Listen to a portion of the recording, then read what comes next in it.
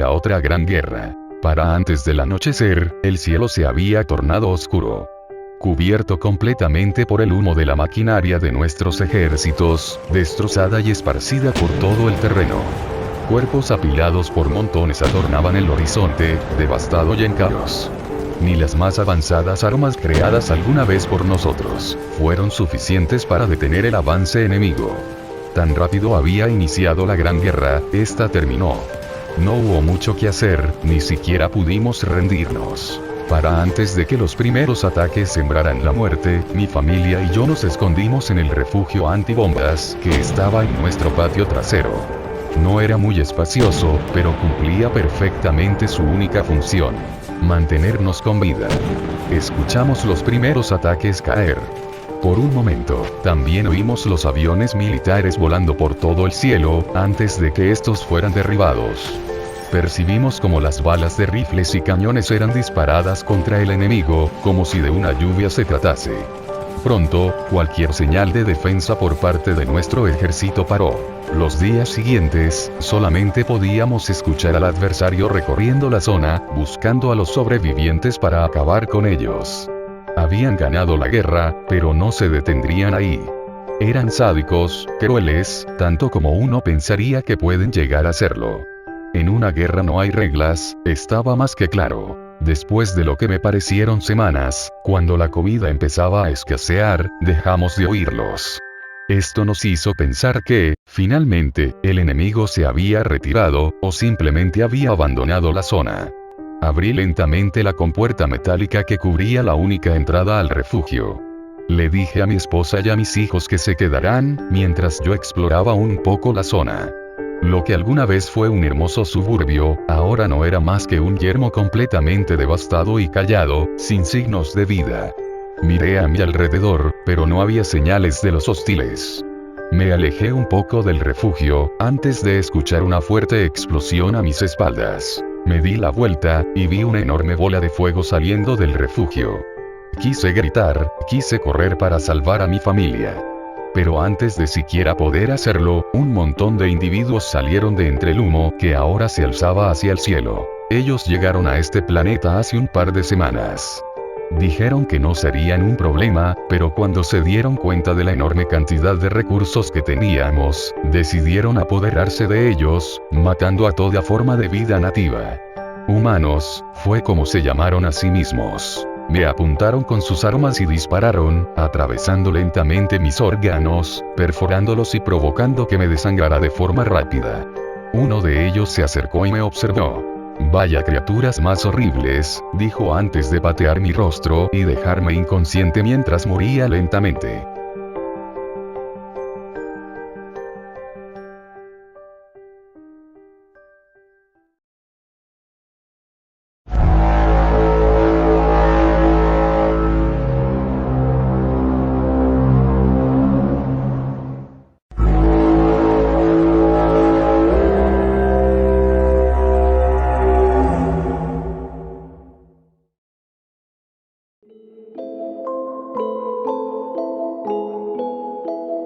La peste negra. Siglo XVI. La peste negra ha cobrado ya millones de vidas en toda Europa.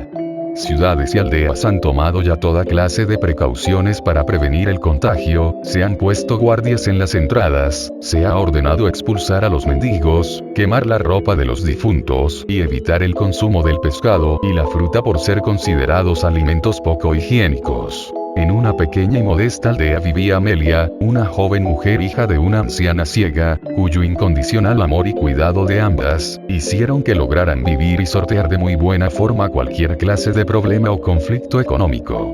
Una singular tarde de primavera, mientras la joven terminaba de lavar la ropa, pudo oír como alguien la llamaba por su nombre desde la puerta de aquella humilde morada.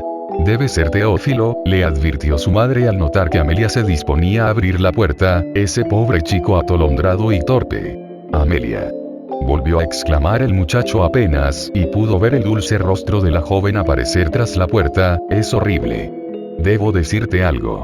«Teófilo, ¿qué sucede? ¿Por qué vienes con tanta agitación?», preguntó la muchacha. «Acabo de tener una visión horrible, vi a la muerte rondar por las afueras de la aldea». Caminaba con toda calma, su aterradora figura caminaba con absoluta autoridad. Teófilo, cálmate, ¿es cierto esto que me cuentas? Preguntó la muchacha confundida.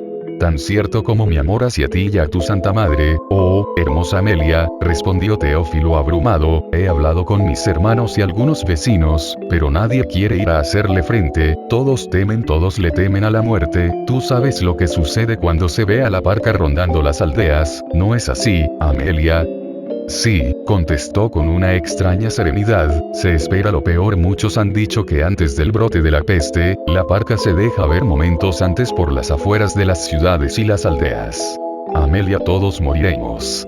Replicó Teófilo, presa de un angustiante terror, antes de que suceda, quiero decirte que me hubiese encantado cobijarte en los momentos de frío, me hubiese encantado reírme contigo en los momentos de alegría, y me hubiese encantado haber sido el padre de tus hijos. Dicho esto, Teófilo se precipitó calle abajo en una loca carrera, y comenzó a gritar a los cuatro vientos, que todos se debían preparar para la peste. Amelia tardó varios minutos en asimilar todo hasta que al fin optó por tomar una decisión radical. Se echó encima un cobertor negro y besó a su anciana madre en la mejilla, un beso que dejó una extraña y amarga sensación en la madre. ¿Eh? Hija, ¿dónde vas? Preguntó la asustada anciana, por favor no salgas. Te amo, madre. Ya regreso, contestó Amelia y sin perder más tiempo salió de casa. El sol ya estaba por ponerse en el horizonte, el triste cielo anaranjado dejaba caer su melancolía por las praderas y verdes campos, que tendrían aún miles de historias que contar para los siglos venideros. Amelia caminaba con calma por el descuidado suelo de las afueras de la aldea y permanecía atenta a cualquier señal de la muerte. De pronto a sus oídos llegó un extraño sonido similar al que alguna vez oyó de las serpientes, sin duda era ella la parca. La muchacha lentamente se giró y mejor hubiera sido jamás haberlo hecho. Una visión aterradora se presentó ante ella, allí a unos 20 metros de distancia se encontraba la muerte, tal como se la han descrito desde que ha tenido memoria. Una silueta siniestra cubierta completamente de negro, con un rostro blanco, totalmente inexpresivo del cual sobresalía una mandíbula bastante particular. En su mano derecha sostenía la temible guadaña, salvo que en esta ocasión no terminaba en una hoja de acero, como lo ha oído en cuentos o ha visto en alguna que otra precaria ilustración, sino que se limitaba solamente a ser una delgada vara de la cual emanaba un siniestro vapor negro. La muchacha comenzó a temblar, tenía a la aterradora muerte frente a ella y sabía muy bien que con ello ya había sellado su perdición. Comenzó a llorar y a retroceder espantada, mientras que la temible parca solo se limitaba a observarla con absoluta tranquilidad, mientras blandía la delgada vara que expulsaba aquel humo negro. Amelia pensó en su aldea, en sus amigas, en su madre, en Teófilo, en fin, en toda su vida y en sus quehaceres diarios, y no podía entender por qué Dios les había enviado tan desgraciado castigo. Por primera vez se preguntó la razón por la cual Dios enviaba la muerte a las aldeas. ¿Por qué? Preguntó de pronto la muchacha con una débil voz mientras secaba sus lágrimas, ¿por qué Dios te ha enviado a nuestra aldea? La parca no contestó absolutamente nada, solo la observó en silencio por unos segundos. ¿Vienes de Dios? ¿O vienes del diablo? Volvió a preguntar Amelia, ¿de dónde te es dado el poder? La muerte continuó observando a la mujer en silencio hasta que de pronto, en un gesto que pareció ser desprecio, continuó blandiendo su guadaña por los campos y siguió propagando aquel temible humo negro por las afueras de la aldea, sin preocuparse más por la presencia de la joven. Amelia, resignada y con su corazón lleno de amargura, volvió a la aldea a esperar la inevitable muerte que se cernía ya sobre todos ellos. Y es que así lo confirma la leyenda, y así lo ha confirmado la historia, han sido cientos los testigos que han jurado y perjurado que momentos antes de que la peste llegue a asolar una ciudad o aldea, han visto a la temida parca rondar por las afueras. Terminada ya la labor de envenenamiento, la muerte regresa a uno de los alejados montes que hay en los campos, en donde le esperan sus condiscípulos y demás camaradas a bordo de la nave espacial. El ser extraterrestre se quita la escafandra de protección y da por concluida la fase de aquel día de exterminio terrícola. Sin embargo, no puede dejar de pensar en lo acontecido hoy, y en la anécdota con aquella muchacha que le hizo tales preguntas. Extraños habitantes de este planeta, con sus extrañas costumbres, piensa.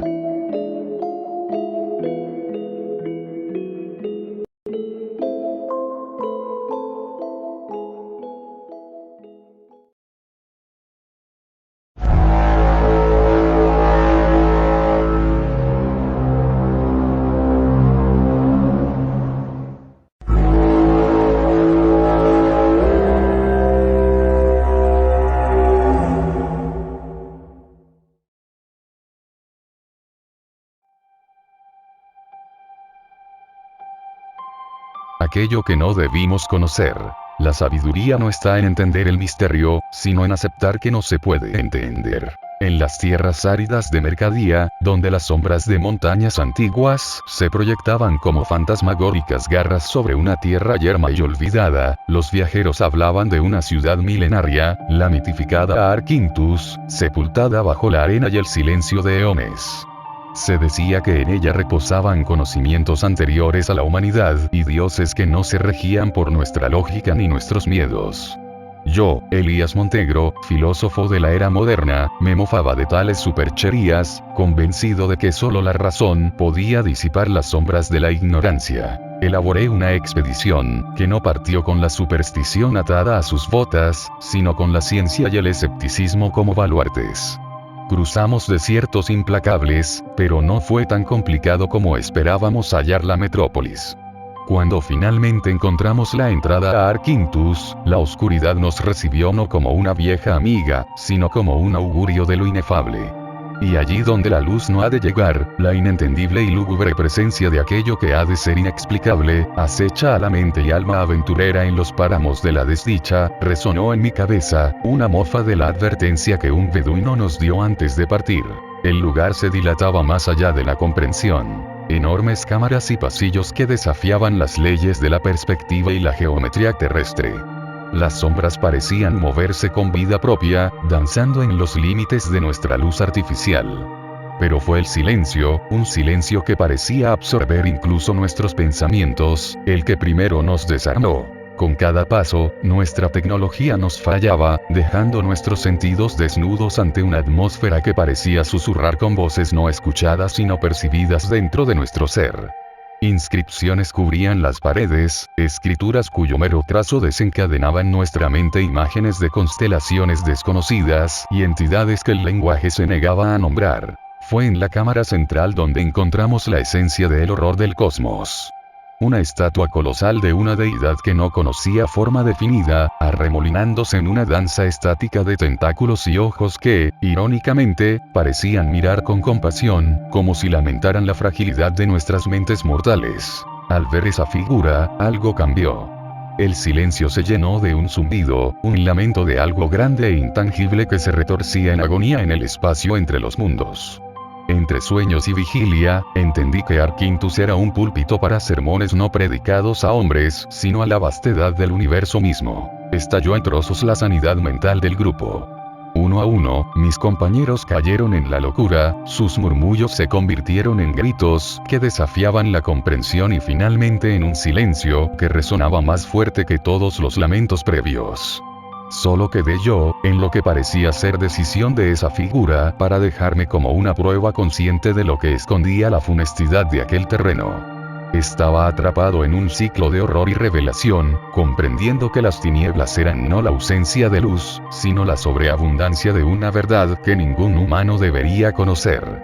Que debimos mantener como lo que fue contado, un mito.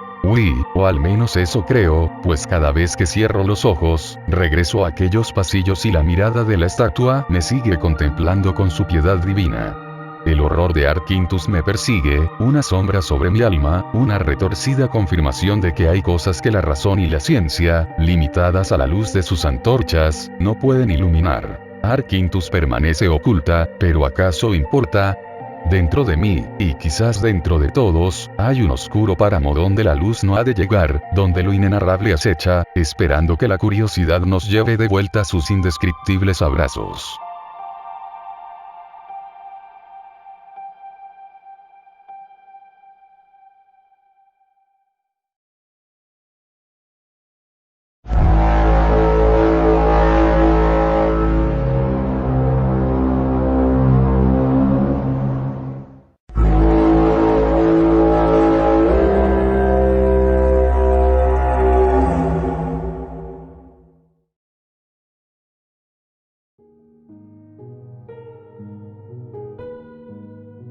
La noche en día, abducción. Tengo un amigo que visito cada fin de semana en el hospital, pero en el último año ya no habla conmigo. Los primeros días me contó con detalle lo que había pasado y lo voy a compartir hoy. Felipe estudió para ingeniero agrónomo. En su último año de prácticas en el campo, le ocurrió algo que lo cambió para siempre.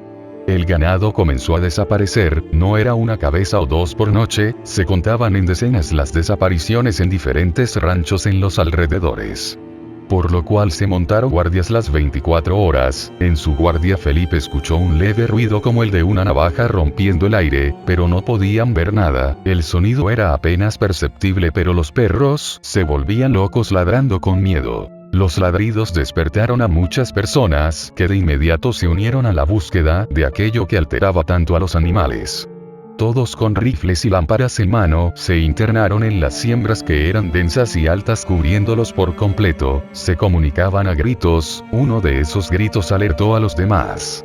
Aquí anda alguien, córranle, siguiendo la voz todos fueron hacia allá para seguir al extraño, que corría muy rápido, y no movía las plantas, después de un rato de persecución, aparentemente lo rodearon pidiéndole salir sin respuesta un grupo de 5, se adelantó a los demás para sacarlo de entre las ramas, pero en lugar de eso solo se escucharon gritos de terror que paralizaron a los demás. Al ver que de los 5 solo uno volvió para desmayarse frente a ellos después de vomitar, dieron un disparo al aire, una intensa luz casi cegadora iluminó todo el campo, convirtiendo la noche en día. Cuando las pupilas de todos se adaptaron a la luz, se dieron cuenta que estaban rodeados por seres humanoides, de baja estatura, delgados, con piel gris, dedos largos, sin ropa, y que en el rostro solo podían apreciarse grandes ojos negros. Alguien levantó su rifle para dispararle a los seres, pero de inmediato su arma fue arrebatada por una fuerza desconocida que venía de arriba hacia donde voltearon todos. Una serie de varias luces de colores se activó y los acompañantes de Felipe fueron desapareciendo entre ellas uno a uno. Cuando Felipe despertó, se encontraba desnudo en un campo a 6 estados de distancia, con su cabeza rapada, hileras de 3 agujeros en su cabeza, y marcas lineales por todo su cuerpo. Entre delirio y miedo él relataba que estuvo todo el tiempo en una mesa, donde podía ver a alguno de sus compañeros. Los seres grises tomaban muestras de sangre, uñas, cabello, incluso de cada uno de sus órganos, los taladraban con brocas de diferentes tamaños para alcanzar lo que había en el interior. Él estaba conectado a varias ondas por las cuales le introducían fluido de colores en el cuerpo, que lo sentía quemar todo su interior mientras los recibía. El dolor a veces lo hacía convulsionar hasta desmayar, y cuando despertaba con la boca llena de espuma, ellos seguían ahí, picándolo constantemente con agujas. No sabe cuánto tiempo pasó ahí, pero le pareció eterno, entrever que a sus compañeros le sacaban los órganos y el dolor que sintió todo el tiempo aunado al miedo por los horribles ojos de las criaturas, hasta hoy, le hacen tener pesadillas, temor a la noche y desconfianza del mundo que lo rodea.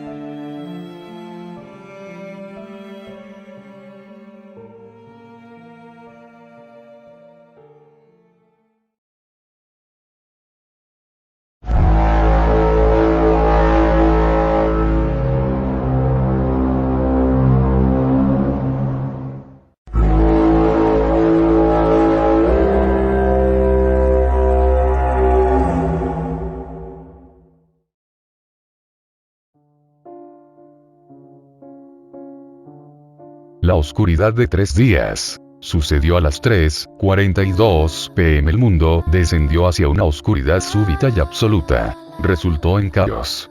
En nuestra oficina pequeña del 10º piso, nos reunimos entre la negrura ominosa esperando la luz. Había una televisión en la sala de descanso y alguien halló el control remoto. Usando la memoria de nuestros dedos, nos las arreglamos para cambiarlo al canal de noticias. Por un largo tiempo, solo hubo silencio. Entonces, a través de la oscuridad aparentemente infinita, surgió una voz. Una locutora, buscando su escritorio valientemente y tratando de reconfortar a sus televidentes, nos habló con voz suave y temblorosa. Ellos tampoco tenían idea de qué estaba sucediendo, pero indiciaron que debíamos conservar la calma, y permanecer juntos en medio de los reportes de individuos desapareciendo en la oscuridad, alejándose de sus amigos y familia, perdiéndose o topándose con el peligro. Pasamos los siguientes 3 días en la oficina, localizando nuestras posesiones en la oscuridad, y logrando comer y dormir con comodidad relativa, a pesar de la sensación de que estábamos congelados en algún tipo de universo alterno. Entonces, exactamente 72 horas después de que la oscuridad llegó, el manto se alzó. Nuestros ojos ardieron por la luz súbita, pero nos adaptamos dentro de poco y concordamos en que deberíamos dirigirnos al piso de abajo, como grupo, e ir afuera. Mientras descendíamos por las escaleras, nos recibió un olor nauseabundo. Supe inmediatamente lo que era, y, reticente, giré por la última intersección de la escalera, pensando que quizá alguien se había caído y había muerto por sus heridas. Estaba equivocado. Creo que solía ser una mujer, pero no puedo estar seguro. Había sido desollada y eviscerada, pero no sé en qué orden. Cada centímetro de su piel estaba ausente, pero sus ojos y dientes permanecían, convirtiendo su cadáver en un monstruo contemplativo y sonriente. No fui el único que vomitó. Necesitando escapar de ese panorama, irrumpimos hacia el vestíbulo por la entrada principal, y nos congelamos. Cuerpos sin piel estaban esparcidos a lo largo del pequeño vestíbulo. Eran casi 15, según el cálculo con el pequeño vistazo que les dimos. No teníamos la intención de quedarnos por mucho tiempo. Sin embargo, descubrimos que las puertas del vestíbulo estaban aseguradas y no podíamos quebrar el vidrio. Alguien, no recuerdo quién, tuvo la idea de dirigirnos al cuarto de seguridad y ver si podíamos pedir ayuda por la radio. Seleccionando cuidadosamente nuestro trayecto por los cadáveres con estómagos revueltos, hallamos el cuarto de seguridad abierto y a su guardia desollado. Luego de un acuerdo mutuo, retiramos el cuerpo y nos encerramos. Mientras que uno de nosotros trataba de establecer contacto, los demás comenzamos a ver las grabaciones de seguridad del vestíbulo de los últimos 3 días. No pudimos creer lo que vimos. No estuvo oscuro en lo absoluto. Nos habíamos quedado ciegos. Y mientras estábamos ciegos, ellos habían llegado. Sombras negras humeantes y fibrosas. Sin rostro, solo ojos. Ojos extraños y resplandecientes. Estaban desollando a las personas y vistiendo sus pieles como disfraces. Sintonizamos la grabación de seguridad de nuestro piso, y observamos horrorizados cómo caminaban entre nosotros sin escoger a nadie. Hasta este día, no sé por qué lo hicieron. En cierta medida, se habían reunido para observarnos, pero partieron dentro de poco y causaron estragos en la oficina del piso de arriba. Fuimos rescatados días más tarde. No obstante, el mundo descendió a la insania en el transcurso de las semanas siguientes. Todos sabían acerca de los desollamientos, acerca de los impostores. Pero nadie sabía quién era real y quién no, hasta que fue muy tarde. Sin confianza, los humanos no pueden sobrevivir lado a lado. Permanecí con 2 de mis colegas, quienes sabía que no cambiaron.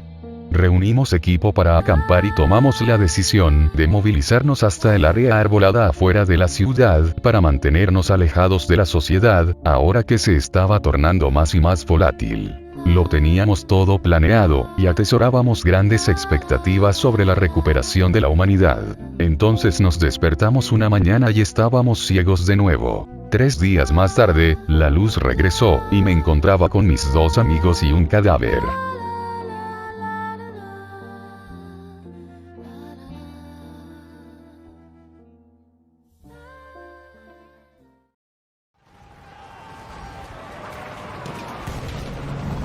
Buenas noches a todos amigos de YouTube, amantes del terror y las buenas historias.